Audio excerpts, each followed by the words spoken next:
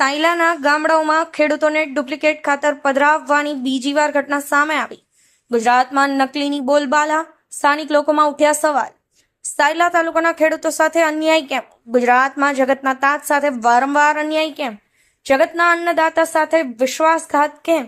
નકલી બિયારણ, નકલી ખાતર, નકલી દવા, જેના લીધે ખેડૂતોની હાલત કફોડી થઈ છે, જેના લીધે ખેડૂત માથે થઈ રહ્યું છે લાખો રૂપિયાનું દેવું। સમગ્ર ગુજરાતમાં બધું જ નકલી વેચાઈ રહ્યું હોય સમાચારના અહેવાલ પ્રસારિત થાય ત્યારે જ તંત્ર જાગતું થાય છે। થોડા દિવસ અગાઉ છડિયાળી ગામે બનાવ બન્યો, જેમાં ખેતીવાડી વિભાગના ઉચ્ચ અધિકારીઓ ઘટના સ્થળે જઈ તપાસ કરવામાં આવી હતી। જ્યારે સુરેન્દ્રનગર વિસ્તારમાં એક સપ્તાહમાં ડુપ્લિકેટ ખાતર બિયારણની ત્રીજી વાર ઘટના સામે આવી છે। સાયલા તાલુકાના ધીરુભાઈની વાડી ગામ ગુંદિયાવાડા, ગોદડની વાડી ગામ ખીટલા, શિરવાણિયા ગઢ જેવા અનેક ગામોમાં ખેડૂતોએ નર્મદા એગ્રો ફર્ટિલાઇઝર વડોદરા નામની કંપની ચેમ્પિયન કંપનીનું એજન્ટો દ્વારા ખાતર ખરીદવામાં આવ્યું હતું। મજેમાં આ ખેતરનો ઉપયોગ કરતા ખેડૂતોના ખેતરમાં તમામ છોડ બળી જતા ખેડૂતોને ભારે નુકસાન થવા પામ્યું હતું। જેના અનુસંધાને ખેડૂતોએ કાલે એકઠા થઈ હરહંમેશને માટે લડતી આમ આદમી પાર્ટીની ટીમને જાણ કરતા જિલ્લા પ્રમુખ રમેશભાઈ મેર, મયુરભાઈ સાકરિયા, દેવકરણભાઈ જોગરાણા તેમજ અન્ય મિત્રો અને ખેડૂતો સાથે રહી ખેતરોમાં રૂબરૂ નિરીક્ષણ કરી ઘોર નિંદ્રામાં સૂતેલા તંત્રને જગાડવા સોશિયલ મીડિયા મારફતે વિડીયો વાયરલ કરવામાં આવ્યા। ખેડૂતો કહી રહ્યા છે કે દિવસે ને દિવસે હાલ મોંઘવારીમાં વધારો થઈ રહ્યો છે, ત્યારે આવા નકલી કંપની સામે સરકારે કડકમાં કડક પગલાં લઈ તપાસ કરી આગળની કાર્યવાહી હાથ ધરવામાં આવે અને ખેડૂતોને નુકસાનનું વળતર મળે તેવી માંગ કરવામાં આવી હતી। જયસિંહ સારોલા, સમય 24 ન્યૂઝ। જય જવાન જય કિસાન। આજે સાયલા તાલુકાના ખીટલા ગામે આજે ગુજરાત રાજ્યમાં સબ નકલીની ભરમાર ચાલી રહી છે, ત્યારે ડુપ્લિકેટ ખાતર હોય, ડુપ્લિકેટ બિયારણ હોય, ડુપ્લિકેટ રાસાયણિક દવાઓ હોય, ખેડૂતોને જે લૂંટવા માટે સબ ડુપ્લિકેટ આજે ગુજરાતમાં વેચાઈ રહ્યું હોય।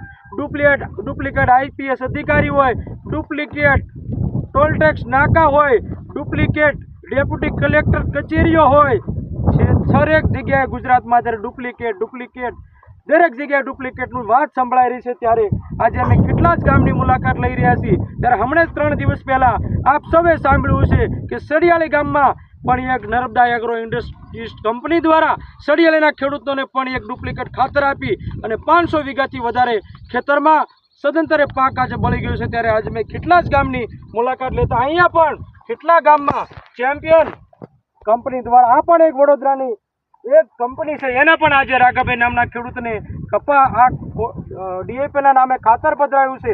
તમને કીધું છે કે આ સેન્દ્રિય ખાતર છે, ડીએપી કરતાં પણ તમને સારું ઉત્પાદન આપશે। જ્યારે તેમને ડીએપી નથી મળ્યું ત્યારે આનો ના છૂટકે એ લોકોએ ઉપયોગ કર્યો છે, તો તમને ફરક બતાવીશ કે તમે જુઓ છો આ ડીએપી આ ખાતર નાખ્યા પછી આ છોડવા 3 વાર વાગ્યા પછી આ છોડવા સાવ એનો વિકાસ થયેલ નથી। ત્યારે તમે મારી પાસે જોશો કે રાઘવભાઈ એના એક પડામાં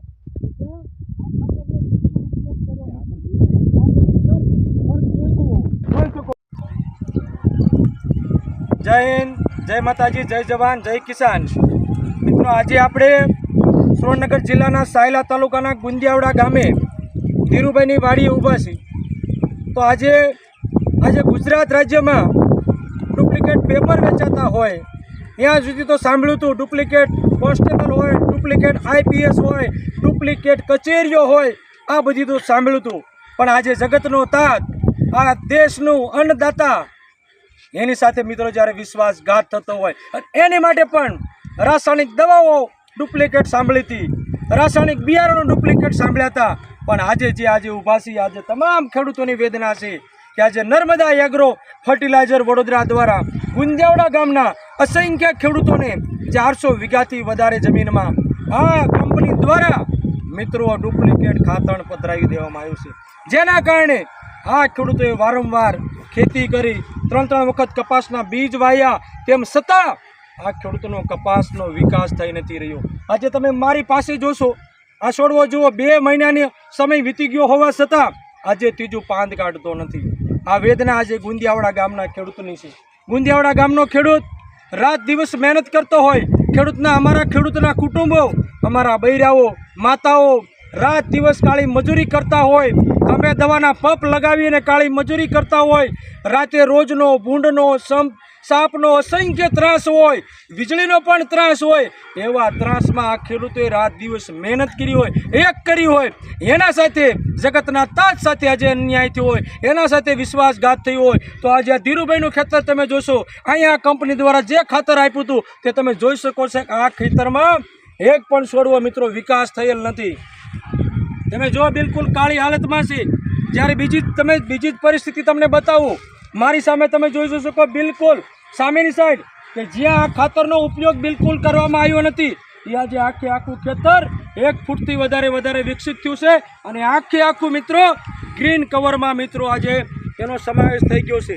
ત્યારે આજે મેં કીધું એમ આ ધીરુભાઈની વાડીમાં આજે ગુંદિયાવડા ગામમાં આ જ્યારે આપણે સાથે અન્યાય થયો છે, ખેડૂતો સાથે અન્યાય થયો છે, આ માત્ર ગુંદિયાવડા એક ગામ નથી, પણ જ્યારથી 3-4 દિવસથી આ ડુપ્લિકેટ ખાતરની જ્યારે વાત આવી છે ત્યારે સાયલા તાલુકો હોય, બાજુના તાલુકા ગોદડભાઈ ગામ કેટલા કેમ આ તમારા ખાતર તમે વાયુ શું નુકસાન થયું?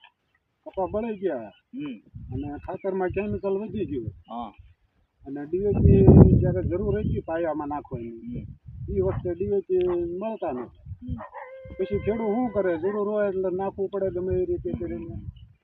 આવડા ફેરિયા ભટકાઈ જાય ખેડૂતને, ખેડૂતે લઈ લીધું. ખેડૂતને તો શું છે કે આ બધું ખાતર એક જ હોય એમ.